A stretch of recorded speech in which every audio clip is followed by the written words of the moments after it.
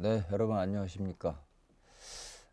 기계 설계 이론 핵심 정리 한번 쭉 진행해 보도록 하겠습니다. 제일 먼저 1장으로 나온 것이 기호입니다. 기호. 그래서 기호의 일반부터 보겠습니다. 기호는 둥근 원통이나 또는 원판의 둘레에 이를 만들어 붙인 거예요. 이를 붙인 거죠.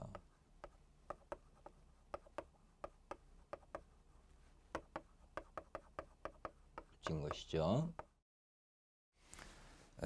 그래서 이와 이가 서로 맞물려 돌아가기 때문에 동력 전달이 확실하고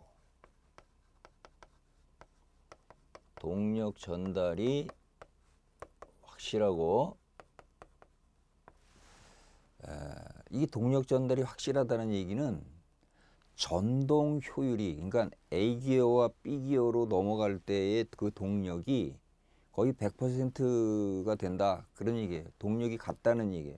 A에서 발생하는 동력과 B 기어에서 발생하는 동력이 거의 같다, 100%다, 뭐 이렇다는 얘기입니다. 그래서 동력 전달이 확실하고 비교적 축과 축 사이의 거리가 짧을 때, 축 간 거리가 비교적 짧을 때,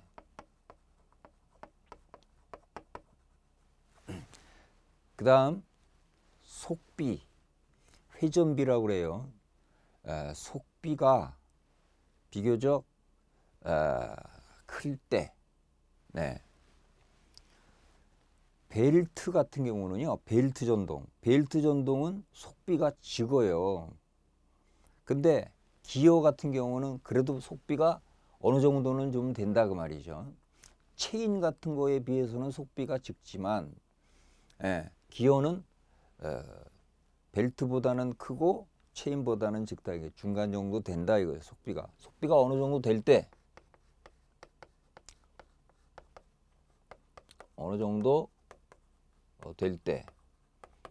사용하는 기계 요소다 이거죠. 이거는 동력 전달용 기계 요소입니다. 교재 그림에 보듯이 그걸 스포 기어라 그러는데, 스포 기어, 외접 스포 기어라고 그래가지고 이렇게 바깥에가 이가 이렇게 나 있죠. 이쪽에도 이렇게 돼서 이가 이렇게 나 있어요. 이렇게. 그래서 이게 축이치고요. 그때 보면 지름이 큰 기어를 기어라고 불러요. 지름이 적은 기어를 피니언, 이렇게 하면 피니언. 그래서 기어와 피니언, 그러면 기어는 큰 쪽, 지름이 큰 쪽, 피니언은 작은 쪽을 지칭한다, 이렇게 이해하시면 되겠습니다. 자, 바로 이어서 기어 전동의 특징이 대략 한 7가지 정도로 되어 있는데요. 한번 보시면 직접 동력을 전달하니까 동력 손실이 거의 없다. 그러니까 동력 손실이 거의 없다. 그러니까 동력 전달이 확실하다, 이런 얘기예요. 그다음에 평행하거나 평행하지 않는 축에 모두 동력이 전달을 가능하다. 평행하다 하는 것은 스포 기어 또는 헬리컬 기어, 더블 헬리컬 기어가 두 축이 평행하죠. 베벨 기어는 이게 수직으로 놨습니다. 베벨 기어. 그 다음에 하이포이드 기어는 만나지도 않고 교차하지도 않아요. 이런 기어 간에도 다 동력이 전달이 된다, 이런 얘기입니다. 3번, 기호의 이를 정밀하게 작업하지 않으면 치가 이제 이빨이라는 뜻이죠. 이면에 언더컷이 발생한다. 이건 이제 뒤에 가서 또 나오는 얘기니까요. 4번 항을 꼭 기억해 두셔야 됩니다. 기호 A와 B가 맞물려 돌아갈 때 서로가 서로에게 가해지는 동력은 같다 그랬어요. 동력이 같다. 5번째, 모듈은 기호의 크기를 나타내는 속도. 기호의 크기가 아니에요. 이의 크기지. 예? 그거 교정해 주세요. 모듈은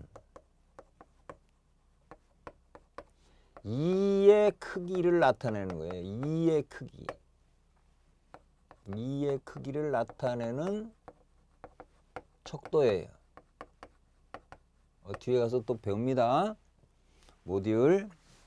그러니까 두 맞물려 갈 때 맞물려 돌아가는 기호는 이빨의 크기가 같아야 서로 맞물릴 거 아닙니까? 그때 이빨의 크기가 작은 기호도 있고, 예를 들어서 똑같은 기호의 크기를 가진 놈이라도, 똑같은 지름을 가진 기호라도 이의 크기가 어떠냐에 따라서 얘는 이의 크기가 비교적 커요. 이렇게. 그럼 얘도 이렇게 될 거 아니에요. 이렇게 크게. 이렇게 될 때도 있고, 작아요. 이렇게 작아. 여기 작죠? 예. 그럼 얘는 모듈이 큰 거예요. 얘는 모듈 M이 크다. 이렇게 말하고, 얘는 M이 작다. 이렇게 말한다는 거예요. 그러니까 모듈은 이의 기호의 크기가 아니라 이빨의 크기가 되는 거죠. 착각하면 안 됩니다. 이의 크기를 나타내는 척도로서 서로 맞물려 돌아가려면 기호의 두 기호, 이 기호와 이 기호, 다시 말하면 기호와 피니언, 이 기호의 모듈은 같아야 된다. 즉 이빨의 크기가 같아야 된다. 이런 얘기가 되는 거죠. 다음 6번. 기호 A의 입수가 B보다 2배 많으면 A가 한 바퀴 돌 때 B는 2바퀴 도니까 기호 B의 회전 각속도가 A에 비해서 2배다. 이런 얘기죠. 네. 다음 7번째. 치형곡선. 아직까지 치형곡선 안 나왔는데 이제 뒤에 나옵니다. 치형곡선은 사이클로이드 치형곡선이 있고 인볼루트 치형곡선이 이렇게 있는데, 어쨌든 간에 기호가 모든 물림 위치에서 일정한 각속도비를 가져야 한다라는 필요 조건이 있기 때문에 인볼루트 치형과 사이클로이드 치형은 모두 중심거리가 변해도 공통 법선 방향의 속도는 같다. 이렇게 돼 있어 7가지를 특징을 이렇게 적어 놨는데, 물림 위치에서 일정한 각속도비를 갖는다. 각속도가 뭐냐면 단위 시간당 변화하는 각의 크기가 각속도고, 이거는 어떻게 구하느냐면 원주 속도 V를 반지름 R로 나누면 됩니다. 뭐 아무튼 그건 뒤에 가서 또 소개할 기회가 있습니다. 자, 왼쪽에 있는 문제 잠깐 봅니다. 기호 전동의 특징으로 알맞지 않은 것은 1번 기호 A와 기호 B가 맞물려 돌아간다면 서로에게 가해지는 동력은 같다. 맞는 얘기죠. 두 번째, 모듈은 기호의 크기를 나타내는 척도. 기호의 크기가 아니라 그랬죠. 뭐라 그랬어요? 이빨의 크기예요. 이것도 문제가 잘못된 거예요. 이의 크기를 나타내는 척도로서, 이빨의 크기를 나타내는 척도로서 서로 맞물려 돌아가려면 이라는 걸 빼버리죠. 모듈은 같다 이렇게 되는 거죠. 3번 치형곡선은 두 개의 기호가 모든 물림 위치에서 일정한 각속도비를 갖지 않아도 된다. 가져야 된다 그랬잖아요. 가져야 된다. 그러니까 그걸 명백하게 틀린 거죠. 3번이. 그 다음에 4번도 미스프린트인데 기호 A의 인수가 기호 B보다 2배 이렇게 2배가 빠졌습니다. 2배 많으면 A가 한 바퀴 돌 때 B는 2배로 회전하므로 회전 각도가 2배가 된다. 이건 이제 속비 계산할 때 나오니까 쉽게 됩니다. 자, 두 번째 기호의 분류가 나옵니다.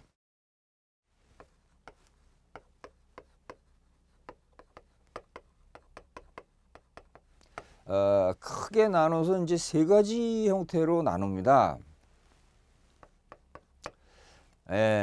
두 축이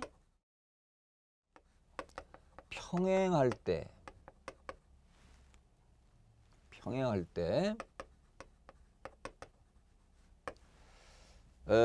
기호가 이렇게 이제 이 줄이 이렇게 있는데요. 이게 축선이야.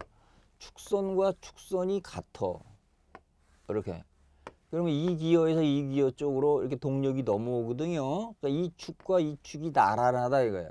이럴 때는 이 줄이 나란한 것들은 스포기호예요. 스포기호. 이걸 평치차라고 그러죠. 그 다음에 이렇게 돼서 이렇게 정리가 됐을 때 똑같은 축이 축선이 나란할 때는 이렇게 헬리컬 기호도 됩니다. 이거는 이렇게 되죠. 그래서 이건 헬리컬. 근데 헬리컬 기호는 축 방향으로 발생되는 추력이 있기 때문에 그 추력을 방지하기 위해서 이렇게 더블 헬리컬 기호도 만들어요. 여기가 이렇게 되고 여기는 이렇게 되는 거예요. 더블 헬리컬 기호를 만들어서 달면 추력이 방지되죠. 네, 얘는 이렇게 됐으니까 이렇게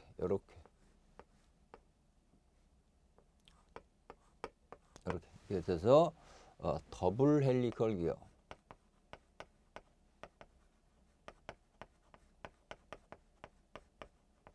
그 다음에 이제 안에 있는 기호가 이제 내접 기호, 내접.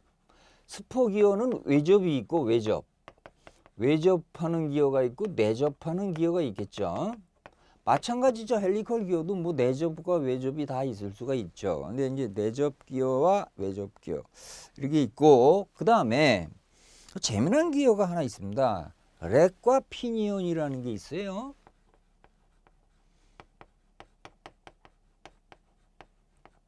렉이라는 것은 피치, 기호의 피치원의 지름이 무한대인 거. 그러니까 얘가 이 줄이 평행한 거예요. 이렇게.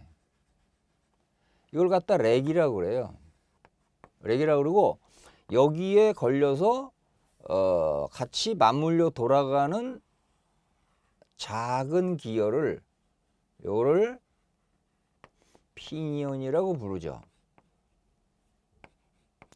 아까 말씀드렸다시피 기호의 명칭은 작은 기호의 이름이 피니온이라고 그랬잖아요. 그러니까 피니온이고 얘는 큰 기호인데 얘는 기호가 아니고 기호라고 그러질 않고 렉이라고 그런다는 거예요. 렉. 피치원 지름이 무한대. 그러니까 이게 직선이죠. 그래서 렉과 피니온. 그래서 피니온이 회전을 하면 렉이 직선 왕복 운동을 하겠죠. 예. 피니온이 회전을 했을 때 직선 왕복 운동을 하고, 반대로 렉이 직선 왕복 운동을 하면 피니온이 회전 운동을 하겠죠. 예, 그렇게 해서 동력을 바꿔주는, 전달을 해주는 그런 기호를 말한다. 그 다음에 두 번째로요. 두 축이 교차할 때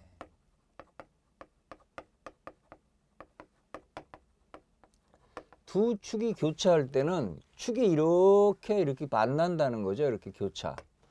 그러면 이거는 원추마찰차랑 똑같은 원리로 이렇게 만들어지는데, 이렇게 만들어지겠죠. 배원 추각이 이렇게 있고 여기도 마찬가지죠. 이런 기호가 있어요. 이렇게 축선이 이렇게 만납니다. 이 줄이 이렇게 생긴 거죠. 이렇게 이걸 갖다 뭐라고 부르냐면 베벨기어라 그래. 베벨기어. 근데 베벨기어도 이 줄이 이렇게 직선으로 쭉 뻗은 기어는 직선 베벨기어고요.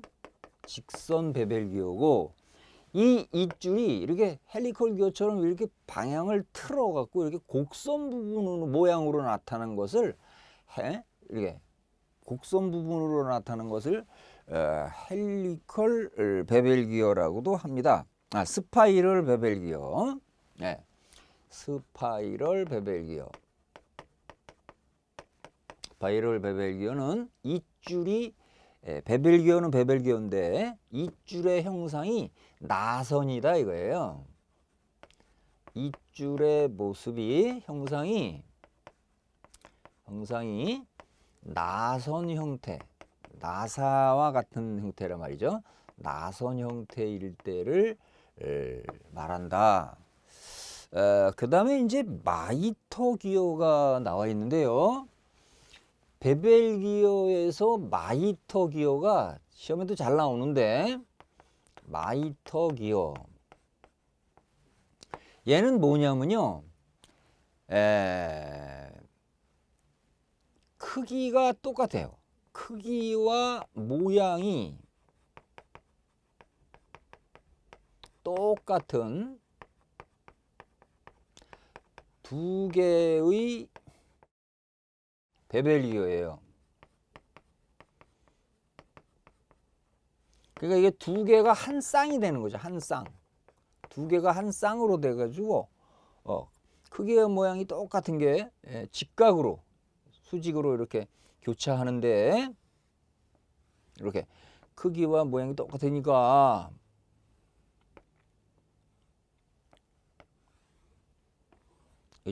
직선에서 이렇게 만나니까 이렇게 생긴 거죠. 이런 기어를 우리가 마이터 기어라 그런다. 그래서 두 축이 교차할 때는 베벨 기어 계열이다. 세 번째는요. 두 축이 평행하지도 않고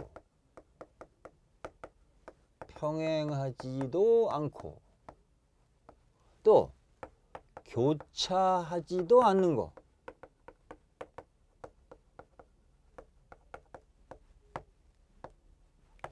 두 축이 평행하지도 않고 교차하지도 않는 거. 이거 굉장히 시험에 자주 등장하는 문제입니다.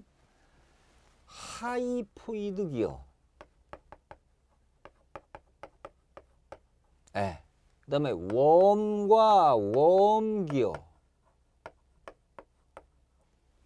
그 다음에 나사 기어.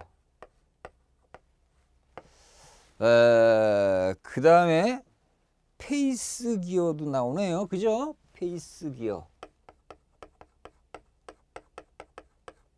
뭐 이런 것들은 교차하지도 않고 만나지도 않는다. 굉장히 중요한 겁니다. 자, 오른쪽에 있는 문제. 두 축이 나란하지도 교차하지도 않을 때 사용하는 기어가 아닌 것은 나사 기어, 페이스 기어, 마이터 기어, 하이포이드 기어. 당연히 마이터 기어죠. 마이터 기어는 두 축이 교차할 때 쓰는 베벨 기어의 일종으로 크기가 같은, 즉 크기가 1대1이죠. 똑같은 한 쌍의 베벨 기어를 마이터 기어라 그런다. 그러니까 3번이죠. 자, 세 번째 보겠습니다.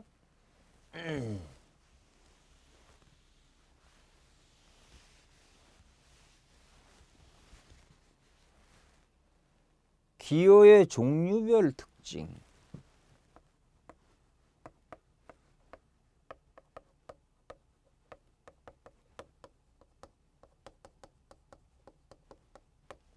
첫째, 스퍼기어.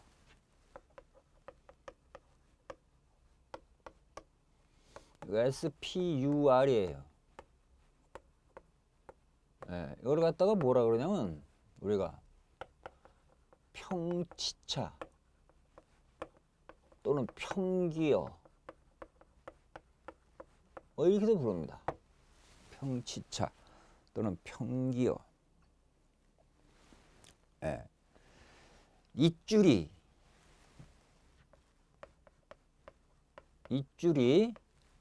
축선과 나란하게 난 거죠. 나란한 기어죠. 그러니까 요렇게 기어의 모습을 정면도로 택했을 때 이게 축이에요. 축선. 여기가 이가 요렇게 나는 거죠. 요렇게. 이의 모습을 요렇게 그리거든요. 요렇게. 그러니까 요게 나란해요. 축선과 기어가. 그래서 이게 돌아가는 겁니다. 그걸 갖다 우리가 스포 기어라고 그러잖아요. 네. 그래서 이걸 가장 뭐라 그럴까 제작하기가 쉽고 일반적으로 쓰는 기어입니다. 그래서 외접 기어, 내접 기어, 렉과 피니언 뭐 이렇게 돼 있다 그랬습니다. 자, 특징. 소음이 크다. 이거는요 그냥 막연하게 그렇게 생각하지 마시고 누구에 비해서 소음이 크냐 이렇게 생각하시면 됩니다. 헬리컬 기어에 비해서. 아시겠죠? 헬리컬 기어에 비해 소음이 크다. 이렇게. 헬리컬 기어는 조용하거든. 그다음 강성이 낮다. 이거 무슨 특별한 의미가 있는 게 아니에요. 백래시가 크다.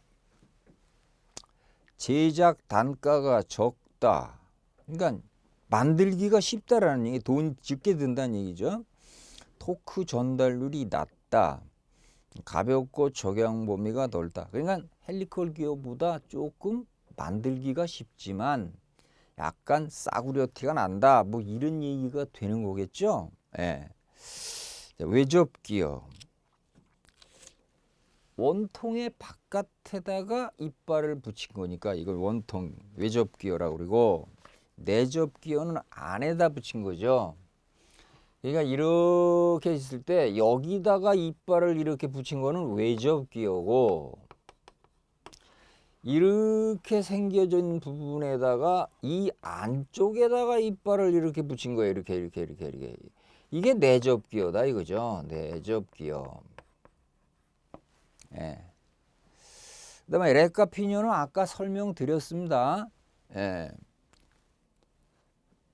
직선과 원통 이렇게 돼 있는 거, 피니언으로 돼 있는 거. 자, 그다음 두 번째로는요. 스포 기어 말고 두 번째로는요. 헬리컬 기어가 있잖아요. 헬리컬 기어. 자, 이거는 잇줄이 축선과 평행하지 않고 익술이 축선과 평행하지 않고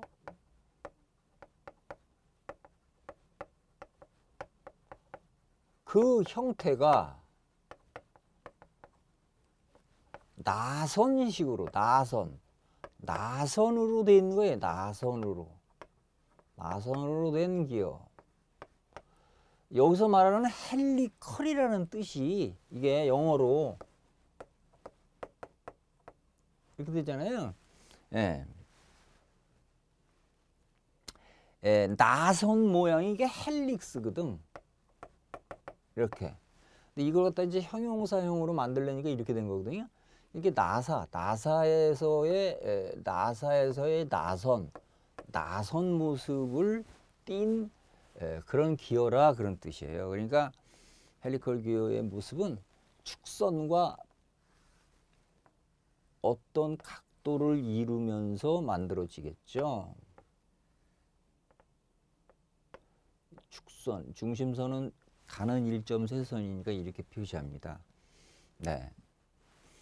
자, 이렇게 돼 있는데 거기 보시면 일반적으로 30도의 비틀린 각을 사용하는데 임의로 변경도 가능하다. 또 두 기어 간 중심거리도 모듈이나 지름 등을 변화시키므로 조정할 수 있다. 자, 여기서 제가 조금 좀 보충을 좀 말씀을 드릴게요. 이줄이 있잖아요. 이줄이 이 축선에 대해서 이게 기울어진 각이에요. 이줄이 기울어진 각인데 이 각도를 제도할 때, 도면으로 그릴 때는 무조건 30도로 그려야 됩니다. 무조건. 그리고 여기다가 이렇게 평행하게 긋고 여기다가 이렇게 평행을 그어야지 이게 제도 규격에 맞는 겁니다. 요 각도가 이렇게 연장을 했을 때 요 각도가 30도가 되도록 제도를 해요. 제도를. 그런데 실제의 헬리컬 기어는 요 각도를 우리가 베타라고 그러거든요. 요 각도의 이름을 비틀린 각이라고 그래서 베타라고 그래요. 비틀린 각.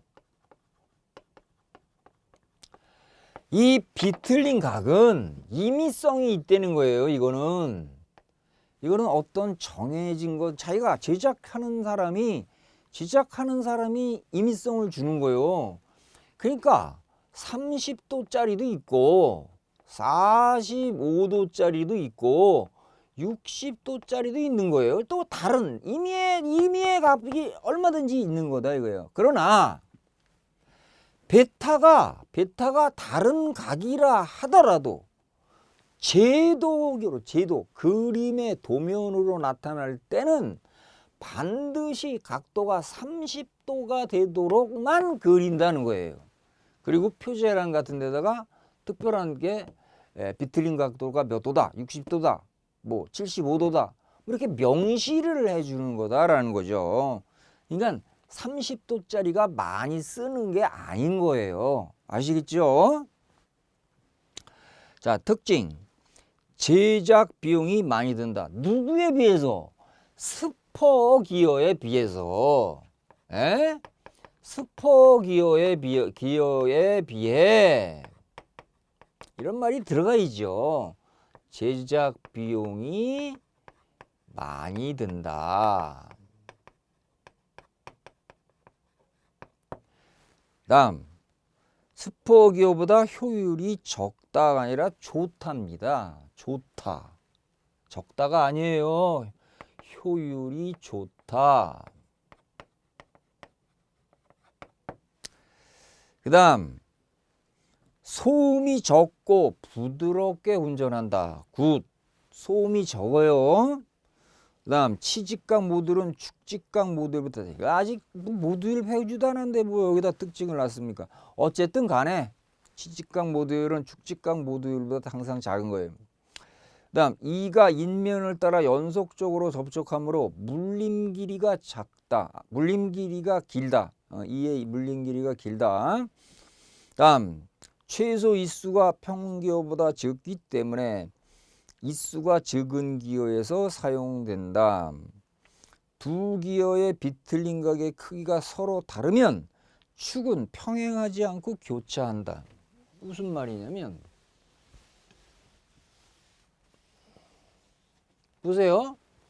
예를 들어볼게요. 내가 실제적으로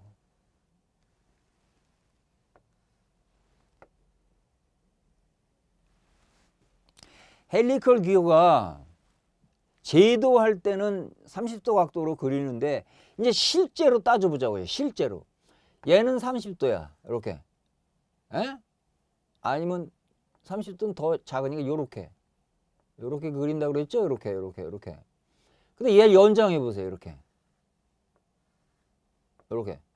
그럼 얘하고 만나는 놈이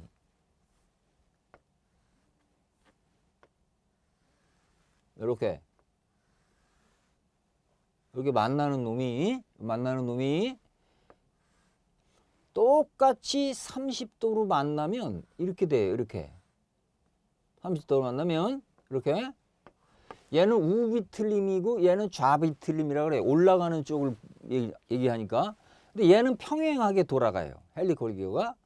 그런데 얘는 30도인데 얘가 이게 축선이 달라.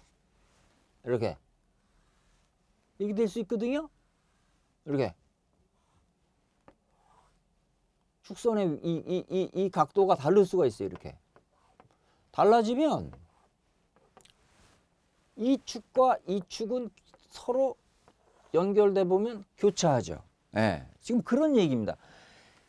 그러니까 A라는 헬리컬 기어의 비틀린 각이 30도고 B라는 각의 비틀린 각이 60도면 얘가 30도하고 60도가 일치가 안 돼. 예? 그러니까 축선이 교차하게 되는 거예요. 결국은 지금 그 말을 하는 겁니다. 그 말의 의미가 굉장히 중요해요. 그 다음에 헬리컬 기어가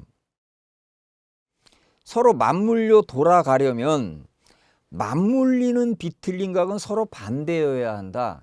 이게 뭐냐면 아까 그랬죠. 우비틀린 각이면 여기는 좌비틀린 각이어야 된다. 이런 얘기죠. 이에 물림이 좋고 조용한 운전이 가능하나 축방향 하중이 발생한다는 단점이 있다. 치명적인 단점입니다. 축방향 하중이 이걸 트러스트라고 그래. 트러스트 하중이 발생하는 거야. 왜? 이 이빨에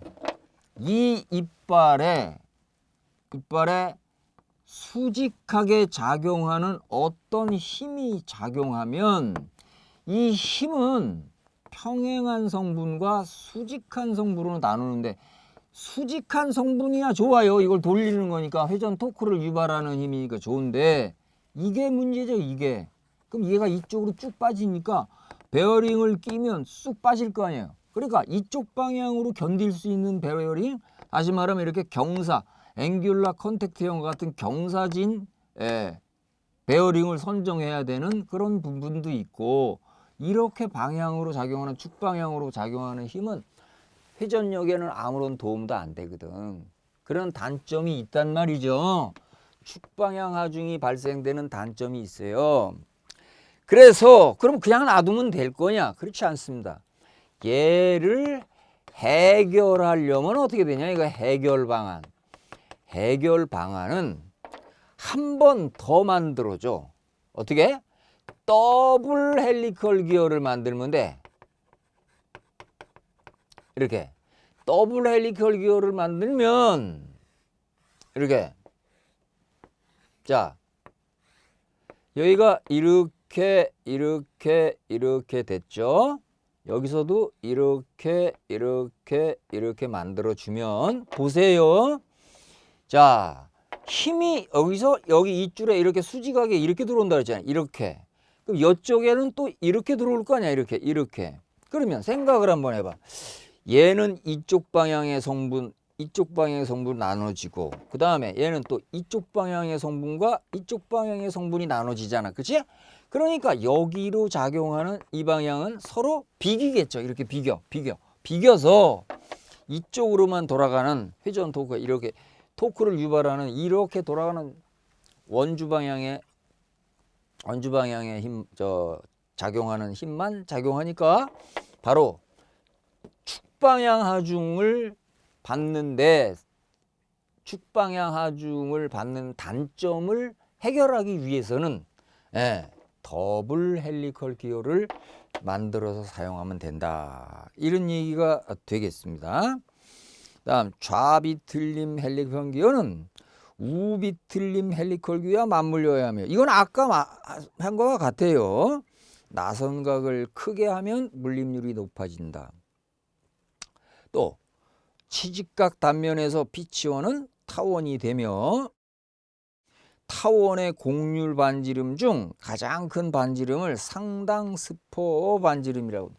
조금 어려운 얘기가 됩니다. 요게 상당스포 반지름이라고 한다. 이렇게.